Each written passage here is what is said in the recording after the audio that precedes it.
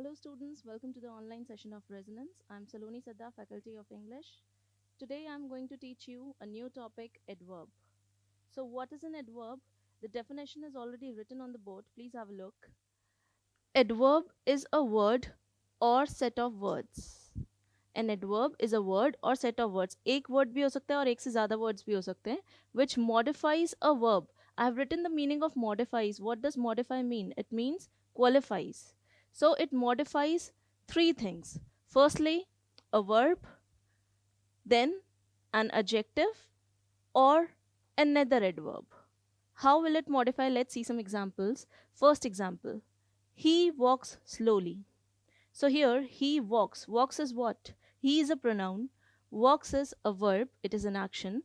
And thereafter, we have written slowly. Here, slowly is an adverb. Why? Because it is qualifying a verb. It is telling the manner how he walks. Okay, so here an adverb is modifying a verb. Next example, he walks very fast. This example is similar to the first one, but I have added one word very over here. Let's have a look at the part of speech. He is a pronoun. Then walks. Walks is a verb. It is an action. Then I have written very over here. Very. बहुत तेज चलता है वो. Fast is what?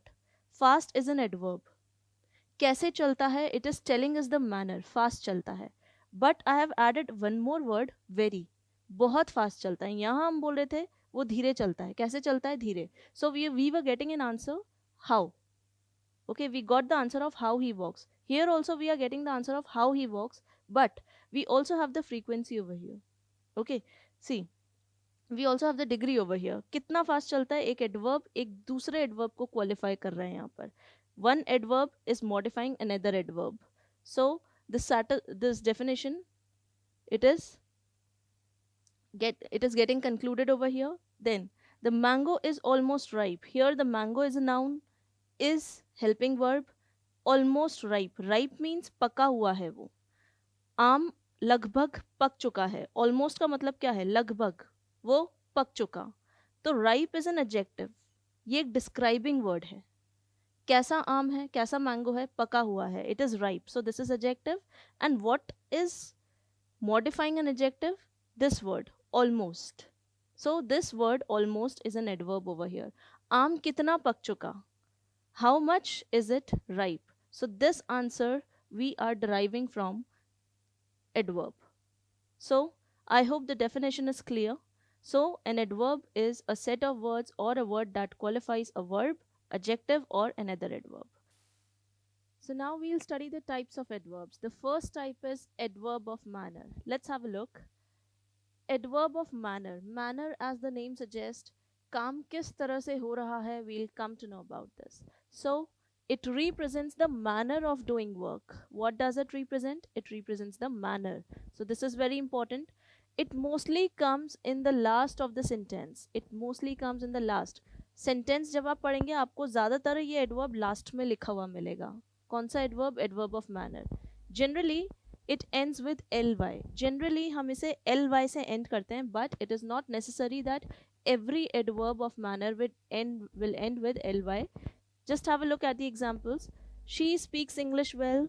So how does she speak? She speaks well. तो यहाँ पर well जो है, this is also an adverb of manner. हालांकि यहाँ पर ये ly से end नहीं हो रहा, but look at the next example. Ria writes beautifully. This is ending with ly. तो mostly आप देखेंगे slowly, beautifully, okay, enormously. Such words end with ly. Then they are all adverb of manner. किस तरह से काम हुआ जो हमें बताते हैं वो होते हैं adverb of manner. We ask question how. I've written this word with red ink. See, how. काम कैसे हुआ? How the action took place. We get this answer from adverb of manner. It represents manner. Look at the examples. Ria writes beautifully. How does she write? She writes beautifully. कैसा लिखती है? Beautifully से हमें पता चल रहा है. Similarly, she speaks English well. कैसी इंग्लिश बोलती है? अच्छी इंग्लिश बोलती है. So well is adverb of manner. Now we look at the further types of adverbs. So the next adverb is adverb of time. Let's have a look. When an action is performed or takes place, what does it answer? It answers when. Action कब हो रहा है ये हमें बताएगा adverb of time. तो जब भी हम सेंटेंस पढ़ेंगे हमें कुछ टाइम का क्लू मिलेगा. Let's have a look. His end came soon. उसका अंत जल्दी आया. कब आया? जल्दी आया. So here what is adverb of time? Soon is an adverb of time. ये हमें क्या बता रहा है, किसका आंसर दे रहा है? ये हमें व्हेन का आंसर दे रहा है. कब आया उसका अंत? जल्द ही आया. Then I met him yesterday. कब मिली मैं? When did I meet him? So I met him yesterday. Yesterday हमें बता रहा है कि कब एक्शन हुआ. When an action is performed, okay, or was performed. It also tells us for how long some action took place. कोई काम हुआ तो कब हुआ, पहली बात तो ये पता चलेगी. दूसरी बात जो पता चलेगी वो ये है कि for how long, कितनी देर तक. ड्यूरेशन हमें पता चलेगा. ड्यूरेशन मतलब कितनी देर तक कोई काम हुआ. Okay, so we'll get such answers from adverb of time. So the next adverb is adverb of place. We also call it adverb of position. Okay, now what is it? We get the answer of where the action takes place. कोई काम कहाँ पर हुआ, किस जगह पर हुआ. So we get the answer from adverb of place. So let's have a look. He met my friend there. वो मेरे दोस्त से वहाँ मिला था. कहाँ मिला था? वहाँ मिला था. There. So this is adverb of place, or you can call it adverb of position. Next sentence, I searched him everywhere. Everywhere, मैंने उसको हर जगह ढूंढा. कहाँ कहाँ ढूंढा? Where did I search for him? I searched for him everywhere. Okay, so everywhere is the adverb of place over here. So next adverb is adverb of frequency.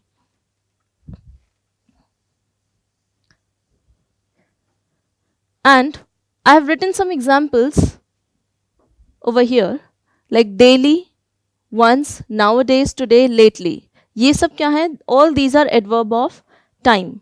Okay, but if we talk about upstairs, downstairs, out, nowhere, somewhere, ये हमें क्या बता रहे हैं? ये हमें जगह बता रहे हैं. So these come under the category of adverbs of place or position.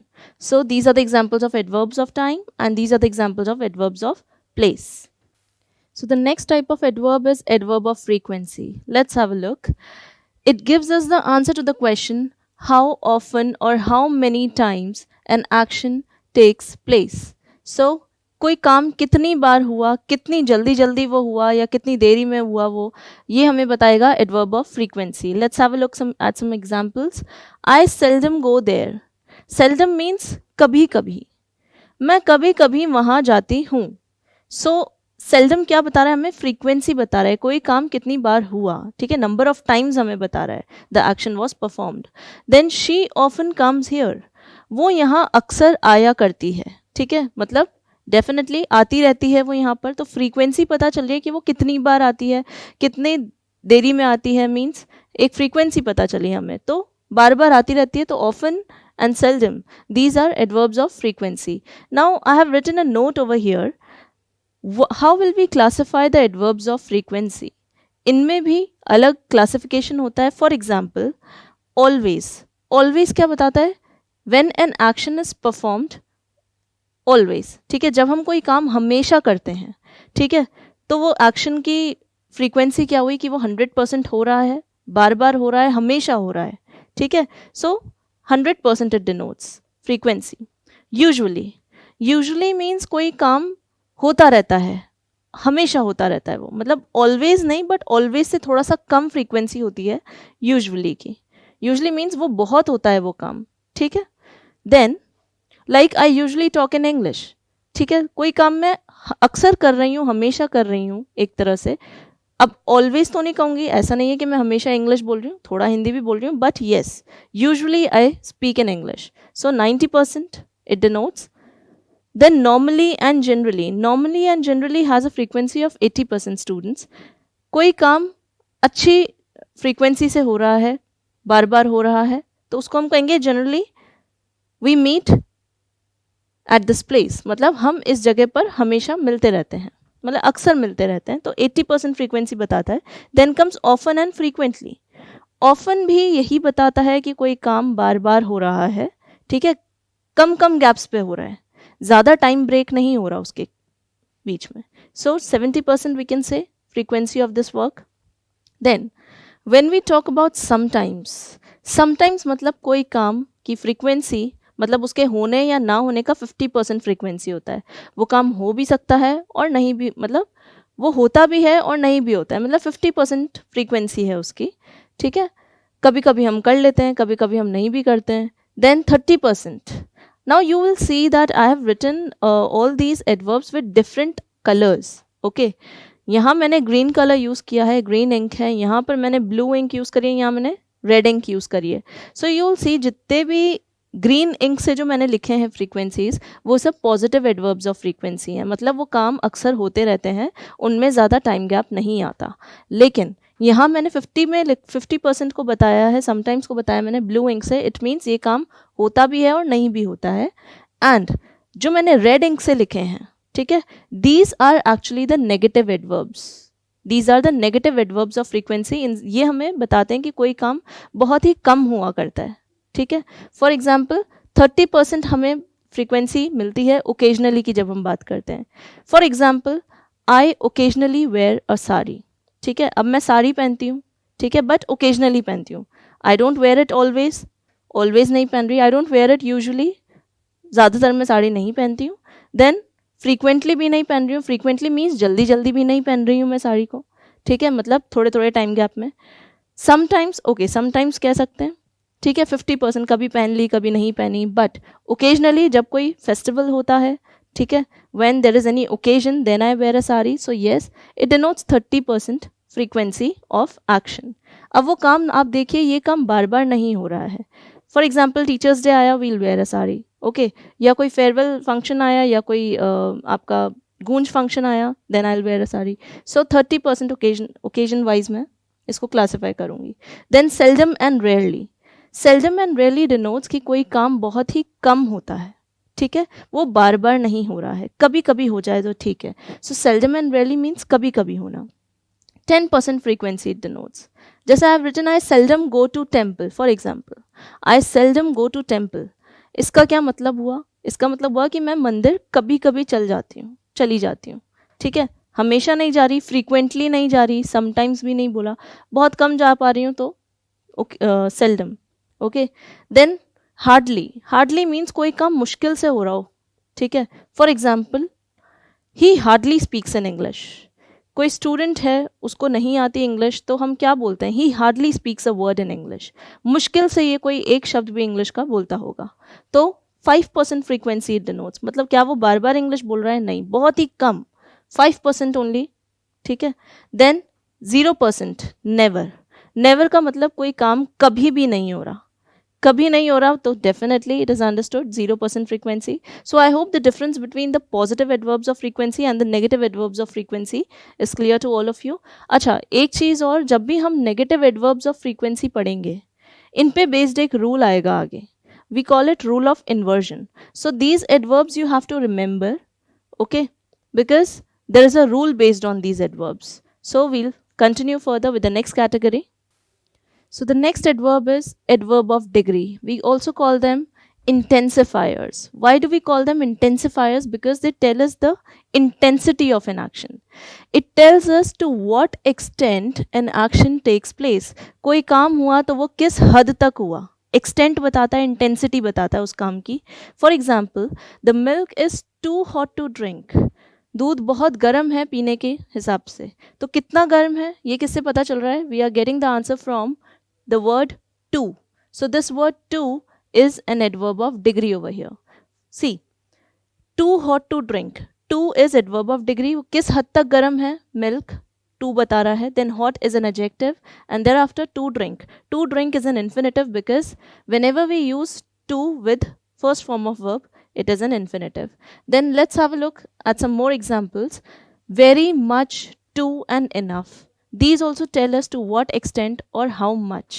Okay, we get the answers to these questions, how much and to what extent an action takes place, from the words like very, much, to, and enough. Now have a look at the example. He runs very fast. How he runs? We are getting the answer of how he runs from the word fast. So fast is an adverb of manner over here. Understand the difference. In the same sentence, we have used more than one adverb. Okay, So here he is a pronoun. He is a pronoun over here. He runs. Runs is a verb. And very fast. Fast is an adverb. It is telling us the manner in which the action takes place. But very, here one adverb is qualifying another adverb. Okay. So here very is telling us about the degree. किस intensity से वो भाग रहा है. So adverb of degree is very over here. Relative adverbs. They refer back to the antecedent. Now, what is antecedent? I told you earlier when I taught you pronoun, the noun to which they relate. Okay, so let's have a look at the example. I don't know where she works. Okay, here, where is a relative adverb. Let us understand how is it a relative adverb. We'll also get a clue that it is acting like a joining word. So it performs the role of a conjunction as well. It joins clauses. Okay, then example when, where, why, whenever. These are certain examples of relative adverb. You'll see they will connect or they will provide the relation between the sentences. Now, how is it telling us about the relation between the sentences? I don't know. This is one part of a sentence. Now, we have written where. This is acting like a conjunction and joining it to the rest of the part of the sentence. So, this is relating the first part to the next part of the sentence. What do I don't know? So, how am I getting related to the question? By adding relative adverb over here. Where. I don't know where she works. मुझे नहीं पता. ये एक हिस्सा हो गया हमारे sentence का. अब क्या नहीं पता कि वो कहाँ काम करती है. ठीक है. अब इन दोनों को ज्वाइन करना है तो एक रिलेटिव एडवर्ब को की हेल्प से हम इसे ज्वाइन करेंगे. So where will come over here. Next sentence, this was the day. ये वो दिन है. ये हो गया हमारा एक part of sentence. We first met. ये हो गया हमारा दूसरा पार्ट ऑफ सेंटेंस. इनको कनेक्ट कौन कर रहा है? Relative adverb is connecting them. This was the day when we first met. So here when is the joining word and it is a relative adverb as well. Now you'll see the difference, that there is a difference between relative pronoun and a relative adverb. Generally students, they get confused between these two terms. What is a relative adverb and what is a relative pronoun? See, please pay attention on the words written over here. I've written it with green ink. When, where, why, whenever. When you will open relative pronouns, you will see different words. There you will see which, who, that, whom. So the difference is in the words. So don't get confused between relative pronouns and relative adverbs. Generally students think that both of them refer to the antecedent. Yes, they get back to their antecedent. Yes, antecedent plays its role, but there is a word of, the difference is in the words. I have written when, where, why, whenever, but in relative pronoun we use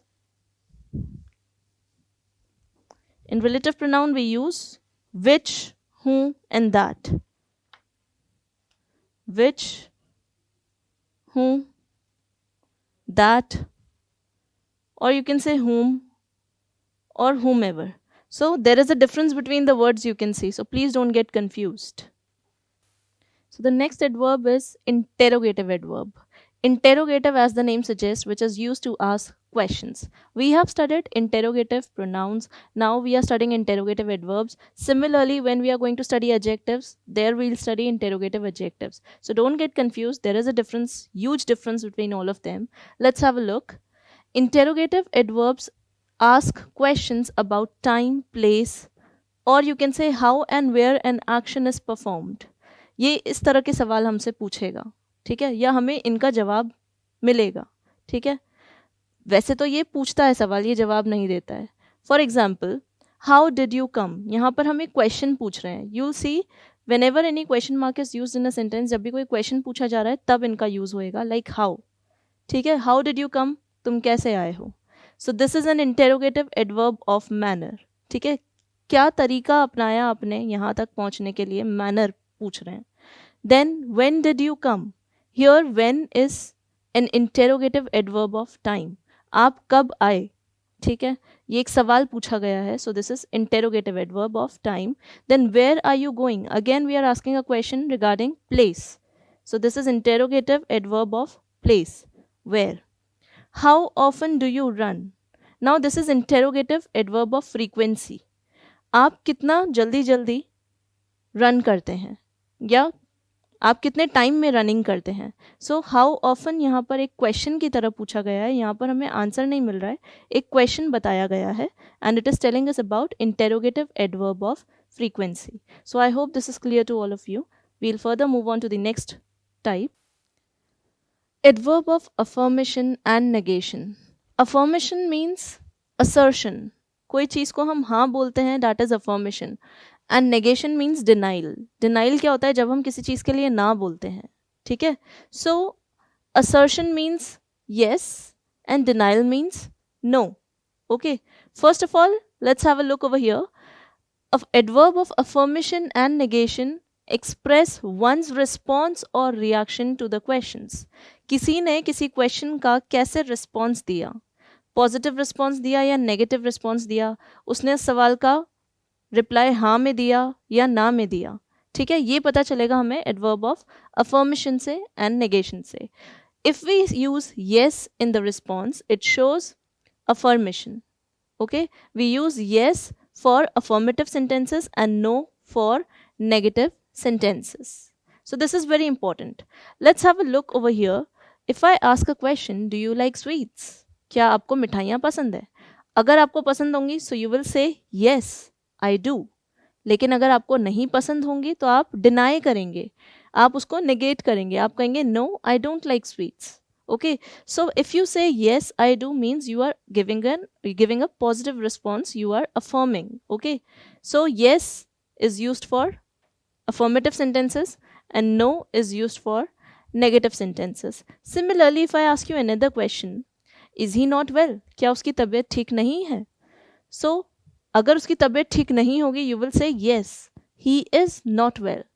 लेकिन अगर उसकी तबीयत ठीक होगी तो आप कहेंगे no, he isn't. Okay, so I hope the difference is clear. Some more examples I'll give you. Not, certainly, surely, definitely, ये कुछ ऐसे examples हैं, ये कुछ ऐसे words हैं जो हमें बताएंगे certainty किसी चीज़ की, surety या फिर denial बताएंगे. अगर मैं बोलूँ I do not know him, मैं उसे नहीं जानती, यहाँ पर मैंने एक do not को यूज़ किया है which shows adverb of negation. मैं डिनाई कर रही हूँ कि मैं नहीं जानती, डिनाई कर दिया मैंने, मतलब मना कर दिया. इफ आई से he is surely right, now here surely is adverb of affirmation. मैं यहाँ पर श्योर हूँ कि वो सही है. ठीक है, मैं अफर्म कर रही हूँ. Similarly I will give you some more examples. If I say I will certainly come to your party, अब यहाँ पर मैंने अफर्म कर दिया, यहाँ पर मैंने अग्री कर लिया कि हाँ मैं बिल्कुल ज़रूर आऊँगी तुम्हारी पार्टी में. तो सर्टनली क्या हुआ? सर्टनली एक एडवर्ब ऑफ अफर्मेशन हुआ. डेफिनेटली की बात करूँ, definitely this question will come in exam. ये क्वेश्चन आएगा ही आएगा एग्जाम में. तो now I have assured you, I have affirmed you, so this is again adverb of affirmation. So I hope affirmation and negation are clear to you. So now we start with the rules of adverb. We have already studied all the types of adverbs, so it will be easier for you to understand the rules now. So the first rule is based on the word enough. Now enough can be used as an adjective also, and it can be used as an adverb also. It can be used in both the ways. Now how will we identify how this word enough has been used in the sentence? Whether it is adverb or is it an adjective? Let's see how we'll understand. Whenever enough is used as an adjective in a sentence, then you'll see this structure in the sentence. जब भी enough एक adjective की तरह use होगा, आप देखेंगे sentence में पहले enough आएगा और उसके बाद में नाउन लिखा हुआ होगा. अगर ये केस आपको दिखता है सेंटेंस में कि पहले enough लिखा है बाद में नाउन लिखा है, then it is understood कि enough यहाँ पर एक adjective की तरह यूज़ हुआ है. It is not used as an adverb. Example, he has enough money to buy a car. Generally students make mistake over here. They think that enough is an adverb. No. Here you have to look at this particular part. यहाँ पर आप देखिए, ये बहुत important है. यहाँ पर हमेशा mistake करते हैं students. He has enough money to buy a car. यहाँ पर enough एक adjective है. क्यों? क्योंकि it is immediately followed by a noun. Money क्या है? Money एक noun है. So if enough is followed by a noun, then it is an adjective. Okay, we won't say it is an adverb over here.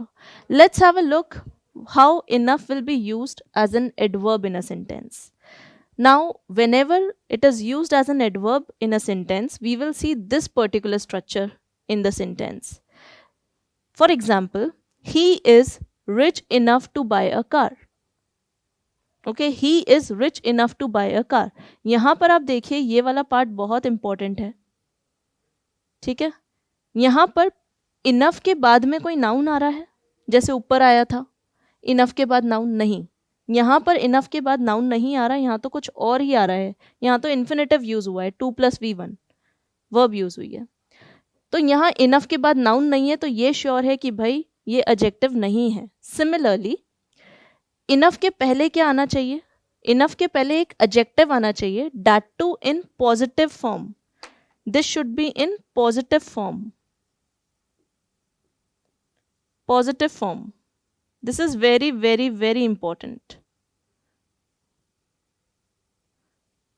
Positive form of adjective. This is very important part. ये आना चाहिए. उसके बाद में enough. Okay? तो आप देखिए he is rich enough. Rich क्या है? एक adjective है. किस form में है? Positive form में है. You know what is positive form of adjective? You have studied different degrees. Like positive degree of adjective, then comparative degree of adjective, then superlative degree of adjective. For example, rich, richer, richest. ठीक है, तो rich क्या हुआ? Positive degree हो गया adjective का. इसका comparative degree richer और richest superlative degree the highest degree. ठीक है, तो हमेशा पॉजिटिव डिग्री में ही आना चाहिए. अगर मैं यहाँ पर लिख दूँ, अगर मैं यहाँ पर कुछ और लिख दूँ, जैसे फॉर एग्जाम्पल यहाँ मैं लिख दूँ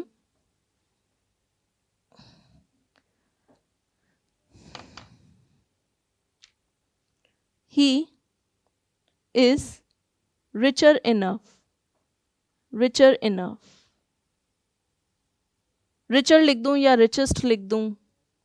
He is richest enough to buy a car.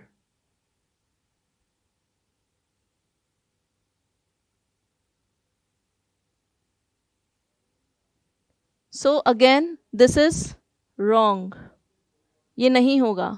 Enough के पहले अगर एडजेक्टिव आएगा तो वो अपनी पॉजिटिव फॉर्म में ही आएगा, कंपैरेटिव सुपरलेटिव डिग्री में नहीं आएगा. This is the rule, first rule of adverb. So let's proceed further. He is rich enough to buy a car. Here enough is preceded by an adjective, so it is an adverb over here. Okay, now I've written one more thing over here. It is a note. Basically this is the rule. Adjective in positive form should be used before adverb enough. Okay, she is lucky enough to get the job. This is a correct sentence. I have written enough over here. It is not followed by a noun, so it is sure that it is enough is not an adjective over here, and it is before enough adjective is coming. lucky क्या है? एक adjective है और वो positive form में. यहाँ पर luckier नहीं लिखा हुआ, luckiest नहीं लिखा हुआ, यहाँ लिखा हुआ है lucky. ठीक है, तो ये सेंटेंस करेक्ट है. एक और सेंटेंस देखते हैं. She is enough lucky to get the job. यहाँ पर अब एक चेंज हो गया है.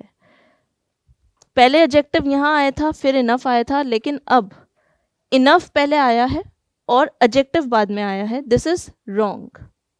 ऐसा नहीं हो सकता. यहाँ पर इनफ एक एडवर्ब नहीं है. Okay, so this is a wrong sentence and this is a correct sentence. I hope the rule is clear to all of you. Now the next rule is rule of inversion. This is very important. What is rule of inversion? It is applied when a sentence starts with a negative adverb. I told you what are negative adverbs. Negative adverbs are like hardly, scarcely, barely, never, seldom. These are negative adverbs which we have already studied. So whenever a sentence will start from a negative adverb, we will apply this rule of inversion. And according to this rule, the structure of the sentence will be this. First of all, helping verb will come. First of all, negative adverb will come. Negative adverb will come in the beginning. Negative adverb. Negative adverb. Thereafter, helping verb will come. And after that, subject and then the main verb. So this will be the structure of the sentence. So if you have understood this, that whenever a sentence starts from negative adverb, it will be followed by a helping verb, and then the subject will come, and then the main verb will come. We cannot disturb this sequence. If the sequence gets disturbed, then the sentence is grammatically incorrect. Let's have a look at the sentence. One more thing I want to highlight over here, helping verb will be placed according to the tense of the verb. If it is present tense, we will use the helping verb in present tense. And if it is based on past action, then accordingly we will apply the verb. Example, seldom she visits her village. I have written a negative adverb in the beginning. So we apply this rule when a sentence starts with a negative adverb. तो यहाँ negative adverb से start हो रहा है, तो आगे देखते हैं क्या आना चाहिए. आगे subject आ गया, लेकिन जब भी नेगेटिव एडवर्ब से स्टार्ट होता है सेंटेंस, तो उसके बाद में क्या आना चाहिए, हेल्पिंग वर्ब आनी चाहिए. लेकिन यहाँ तो एक सब्जेक्ट आ गया, तो ये सेंटेंस गलत हो गया. तो आप देखिए, पहले सब्जेक्ट आया, उसके बाद मेन वर्ब आई, फिर प्रोनाउन, नाउन. यहाँ तो कुछ भी आ सकता है, कोई दिक्कत नहीं है. हमें तो बस इस वाले पार्ट पर ध्यान देना है. ये पार्ट गलत है. आगे कोई भी चीज़ आए उससे फ़र्क नहीं पड़ता, स्टार्टिंग में ये होना चाहिए 4 चीज़ें. तो ये गलत हो गया. यहाँ पर क्या मिसिंग है, हेल्पिंग वर्ब मिसिंग है. So the correct sentence will be seldom, this is a negative adverb, then does. Does क्यों आया, क्योंकि हम first form of verb present tense की बात कर रहे हैं. ठीक है, सेल्डम डज शी विजिट्स, तो पहले हेल्पिंग वर्ब लगा दी डज, उसके बाद सब्जेक्ट लगाया, उसके बाद मेन वर्ब लगाई हर विलेज, अकॉर्डिंगली हमने लिख दिया. So first sentence is incorrect, second sentence is correct. आपको बस ये स्ट्रक्चर याद रखना है. This structure is important.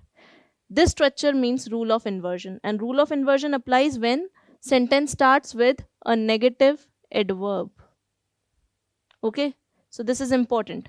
Let's have a look at another example. If I say, hardly does he go to school. Now you only tell whether the sentence is correct or incorrect. देखते हैं. Hardly, सबसे पहले एक negative adverb आया है, तो अब हमें पता चल गया कि हमें रूल ऑफ इन्वर्जन अप्लाई करना है. तो रूल ऑफ इन्वर्जन अप्लाई करना है तो हमें ये स्ट्रक्चर फॉलो करना होगा. तो नेगेटिव एडवर्ब के बाद हमें हेल्पिंग वर्ब लगानी है. यस, यहाँ पर हमने हेल्पिंग वर्ब लगाई है और टेंस के अकॉर्डिंग ही लगाई है. ठीक है, this is the helping verb, we have used it correctly. क्योंकि हम यहाँ पर प्रेजेंट टेंस यूज कर रहे हैं, तो हमने हेल्पिंग वर्ब भी प्रेजेंट टेंस में लगाई. उसके बाद हेल्पिंग वर्ब के बाद क्या आना चाहिए, सब्जेक्ट आना चाहिए. तो यहाँ पर देखिए सब्जेक्ट भी आ गया.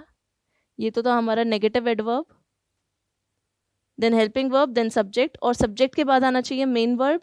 तो यहाँ पर मेन वर्ब भी आ रही है, गो, मेन वर्ब, और फिर ऑब्जेक्ट. ये हो गया हमारा ऑब्जेक्ट.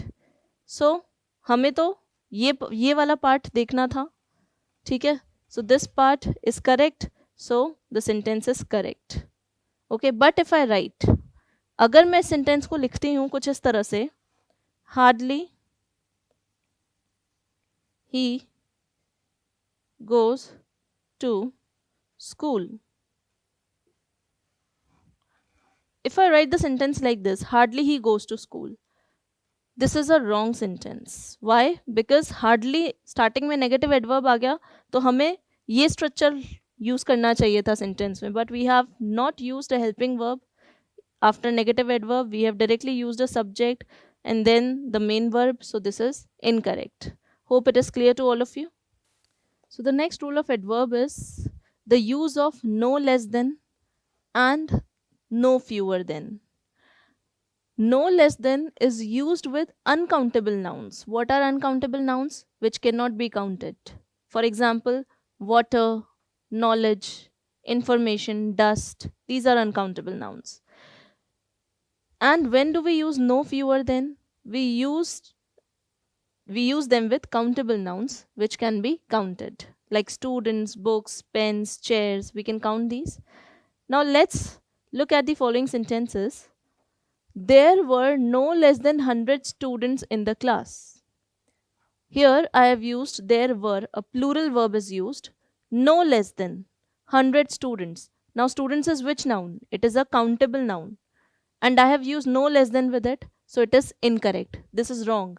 हमने क्या बोला है, नो लेस देन तो अनकाउंटेबल के साथ आना चाहिए, लेकिन इस सेंटेंस में हमने उसको काउंटेबल नाउन के साथ यूज कर दिया. So this sentence stands incorrect. What will be the correct sentence? There were no fewer than 100 students in the class is the correct sentence. क्योंकि देखिए देयर वर प्लूरल वर्ब आएगी क्योंकि बहुत सारे स्टूडेंट्स की बात हो रही है, और स्टूडेंट्स जो हैं 100 स्टूडेंट्स की जो बात हो रही है काउंटेबल हैं. तो काउंटेबल हैं तो इनके साथ क्या आना चाहिए, नो फ्यूअर देन आना चाहिए, क्योंकि हमने देखा है रूल कहता है no fewer than is used with countable nouns. So here it is used correctly. There were no fewer than 100 students countable noun के साथ लगा है in the class, so the sentence stands correct. Next sentence, her knowledge was no less than that of her fellow mates. knowledge की बात हो रही है. knowledge is which noun? knowledge is a countable noun, uncountable noun. knowledge कौन सा noun होता है? uncountable noun होता है. so with uncountable nouns हम कौन सा यूज करेंगे? no less than या no fewer than. countable के साथ हम यूज करते हैं no fewer than. अब यहाँ तो हमने अनकाउंटेबल नाउन यूज करा है, तो अनकाउंटेबल के साथ क्या आना चाहिए, नो लेस देन. आगे हमने लिखा है her knowledge was no less than, तो बिल्कुल सही यूज किया है हमने.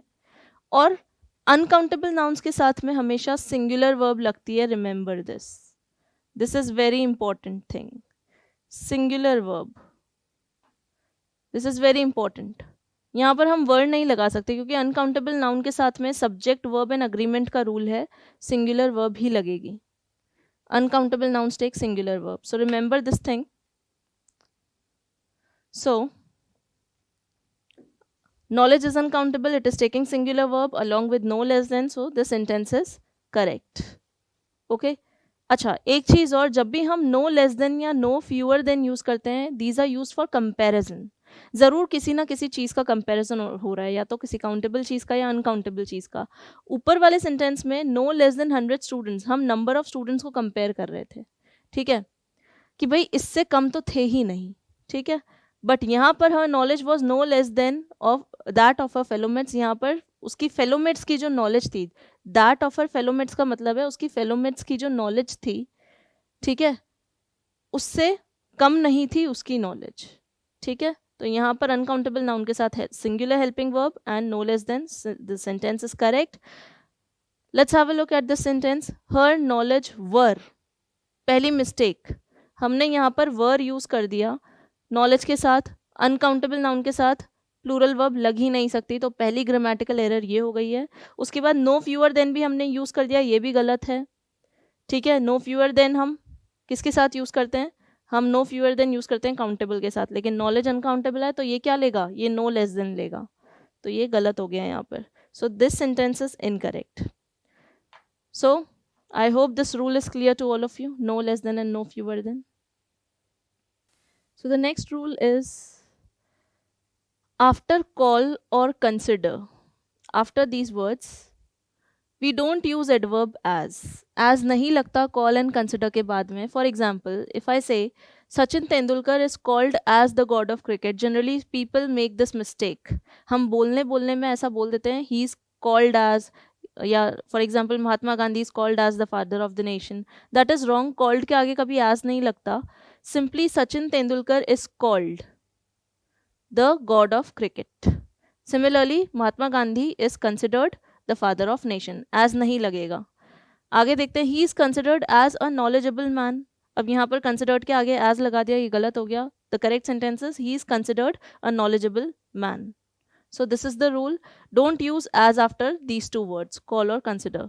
Now the next rule, rule number 5 says late indicates time. Late or lately का क्या मतलब होता है? लेट मीन्स टाइम बताता है वो, कि आज हम लेट हो गए, ठीक है, टाइम बता रहा है. लेकिन अगर हम लेटली बोले, उसमें ly लगा दें, तो उसका मीनिंग चेंज हो जाएगा and it will mean recently. Recently का मतलब होता है हाल ही में किया गया कोई काम, ठीक है, मतलब अभी अभी जस्ट थोड़ी देर पहले ही कोई काम हमने किया है, रिसेंटली का मतलब है. So it means not long since हम इंग्लिश में बोल सकते हैं. सो लेटली मीन्स रिसेंटली. एग्जाम्पल देखते हैं, यू केम लेट टुडे. अब यहाँ पर अगर मैं बोलूँ you came late today means आज आप देर से पहुँचे, तो ये टाइम बता रहा है. देर से पहुंचे।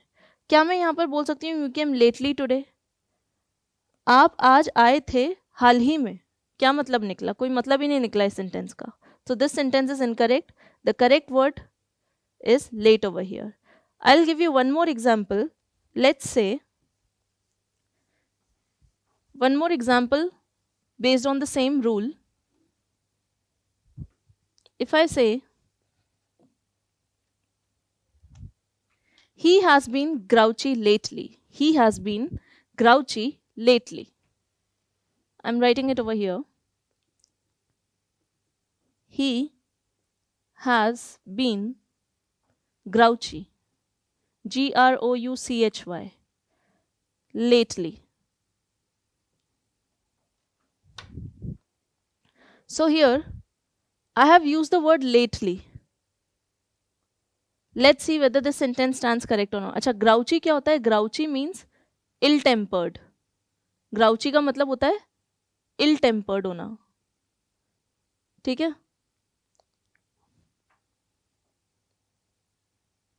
Grouchy means ill tempered. तो he has been grouchy lately, ठीक है? तो this is a correct sentence. यहाँ पर lately बोलना सही है. अगर मैं बोलूँ he has been grouchy late, तो ये गलत होगा. ओके, वो अभी गुस्से में था, ठीक है, थोड़ी देर पहले, ठीक है? तो यहाँ पर हम लेटली लिखेंगे, लेट नहीं लिखेंगे. आई hope the difference is clear कि लेट का मतलब होता है टाइम और लेटली का मतलब जस्ट अभी थोड़ी देर पहले ही. Next rule. Now we'll see the usage of very and much in a sentence. Both these are what? These are adverbs. Let's see how they are used. When we use very, then it will be used with positive degree of adjective. What is positive degree? For example, we say good, better, best. So good is positive degree, better is comparative degree, and best is superlative degree of adjective. Okay, what are adjectives? These are the describing words. So positive degree of adjective जब भी sentence में आएगा हम very use करेंगे, या फिर very use होएगा with ING form of verb. ING form of verb का मतलब होता है फोर्थ फॉर्म ऑफ वर्ब, जिसको हम बोलते हैं present participle. Fourth form of verb जो होती है उसको हम बोलते हैं प्रेजेंट पार्टिसिपल. इसको हम आईएनजी फॉर्म ऑफ वर्ब भी बोलते हैं. सो इसके साथ में हमेशा वेरी लगेगा. And when we talk about much, it is used with comparative degree of adjective. what have I written over here? Comparative degree, and over here positive degree. So remember this thing, comparative degree, if it is, then much will be used, and we can also use much with third form of verb. What do we call third form of verb? It is known as past participle. Okay. अच्छा, third form of verb किस तरह की होती हैं? For example pleased, satisfied, dilated, ठीक है, interested, ये होती हैं पास्ट पार्टिसिपल्स. इनको हम डिराइव्ड एडजेक्टिव भी बोल सकते हैं. डिराइव्ड एडजेक्टिव्स क्या होते हैं? Which we have already derived. Derive करना मतलब पहले से ही प्राप्त हो गए, वो हमें पहले ही मिल चुके. For example if I say I am satisfied. Satisfied क्या है? एक डिराइव्ड एडजेक्टिव है. मीन्स जो चीज़ पहले ही प्राप्त हो चुकी. If I say I M pleased, I feel so pleased, ठीक है. प्लीज्ड मतलब डिराइव्ड एडजेक्टिव है एक, आप पहले से ही बहुत अच्छा महसूस कर चुके. Delighted, okay, I was delighted to see your performance. Okay, delighted मतलब मुझे बहुत आनंद प्राप्त हुआ था आपकी परफॉर्मेंस देखकर.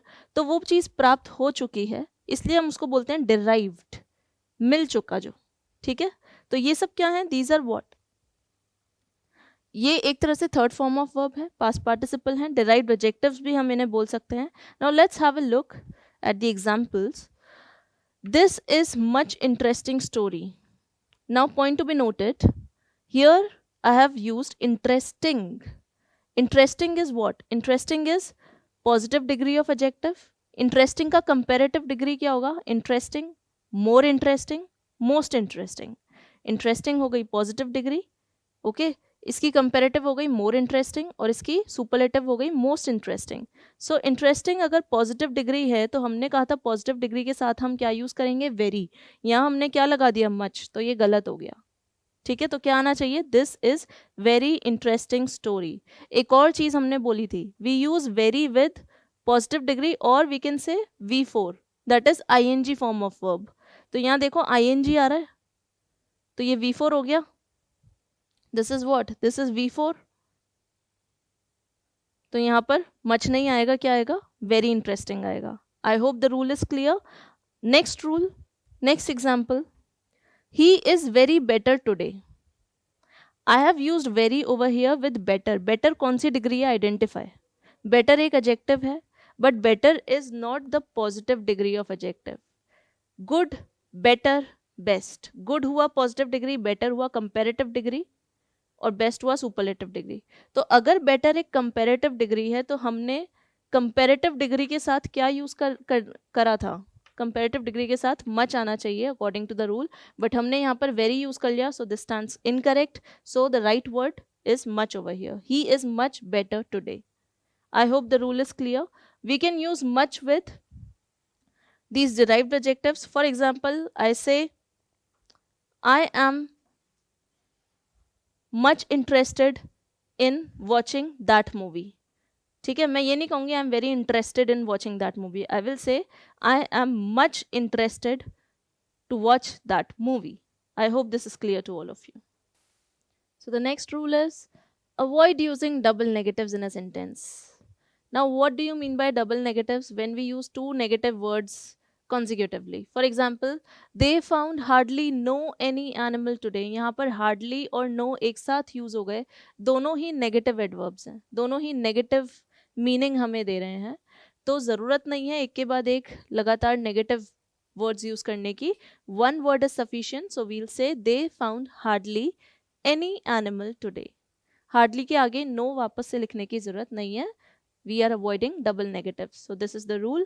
So the first sentence is incorrect and the next sentence is correct. First sentence is incorrect and the next sentence is correct. Now the very interesting rule comes based on order of adverbs. Generally we don't think when we speak a sentence. We use any adverb without thinking about the sequence. जो हमारे मन में आता है हम बोल देते हैं. हमारा मन किया बोलने का, I learned the lessons thoroughly today at school. मैंने आज अपने लेसन्स लर्न किए बहुत अच्छे से आज स्कूल में. ठीक है, तो मैंने पहले एडवर्ब ऑफ मैनर बता दिया, उसके बाद एडवर्ब ऑफ टाइम बताया, उसके बाद एडवर्ब ऑफ प्लेस बताया. कभी कभी हम सोचते नहीं हैं, जो मन में आता है वो पहले बोल देते हैं. मन किया तो बोल दिया I learned the lessons today at school thoroughly. Sometimes मन किया कि भाई मैंने आज लेसन्स याद किए आज, तो पहले टाइम बताया, उसके बाद प्लेस बताई एट स्कूल, उसके बाद मैनर बताया thoroughly. But there is a proper sequence in which you have to use adverbs in a sentence, and that sequence is, first of all, manner will come, adverb of manner, and then you will tell about adverb of place, and then it will be followed by adverb of time. So to remember this, you can remember MPT. This is the short form to keep it in mind. So ये मैंने आपको short form बताई है, इसे बोलते नहीं है, आपको तो ये याद रखना है, लेकिन याद रखने के तरीके हम खुद ही डेवलप करते हैं, तो ये MPT से आपको याद रहेगा. ठीक है, तो अब आप इसको क्या बोलेंगे, I learned the lessons thoroughly. सबसे पहले क्या बताया, मैनर बताया. कैसे याद किए लेसन्स, बहुत अच्छे से याद किए. थरली मीन्स बहुत अच्छे से. देन प्लेस बताई, एट स्कूल. कहाँ याद किए लेसन्स, स्कूल में याद किए. उसके बाद टाइम बताएंगे, कब याद किए, आज याद किए. ठीक है, today. So third sentence is correct. I learn the lessons thirdly at school today. Fourth sentence, let's have a look. I learn the lessons at school, पहले हमने प्लेस बताया, सो दिस इज रॉन्ग. टुडे, फिर time बताया, this is also wrong. सो हमारा order ये होना चाहिए, MPT, manner, place and time. तो यहाँ पर ये MTP ये गलत हो गया, TPM ये गलत हो गया. क्या सही था, MPT. So this was the rule. I hope it was very interesting for all of you. So now we come on to the last part of the chapter, adverb, which is forms of adverb. Adverb exists in 3 different forms. How? Let's see. First of all, how we make an adjective, how we make an adverb by adding ly to an adjective. See, sudden. What is sudden? Sudden is an adjective. When we add ly to it, it becomes an adverb suddenly. Okay. Slow is what? It is a describing word. It is adjective. When we add ly to it, it becomes slowly. Okay. Now there is second form of adverb. Some adverbs have same form as adjectives and have similar meanings. कुछ adverbs ऐसे होते हैं जो बिल्कुल adjectives की तरह ही उनकी spelling होती है, उनका मीनिंग भी वही निकल कर आता है, वो बिल्कुल वैसे ही दिखेंगे जैसे कि एडजेक्टिव दिखता है. ठीक है. For example fast. अब आप सोचेंगे कि स्लो के आगे हमने एल वाई लगाया तो स्लोली बन गया, तो फास्ट के आगे हमने एल वाई क्यों नहीं लगाया एडवर्ब बनाने के लिए, जबकि फास्ट के आगे हम एल वाई नहीं लगाते. Fastly is no word. अगर आप बोलते हैं दैट इज इनकरेक्ट.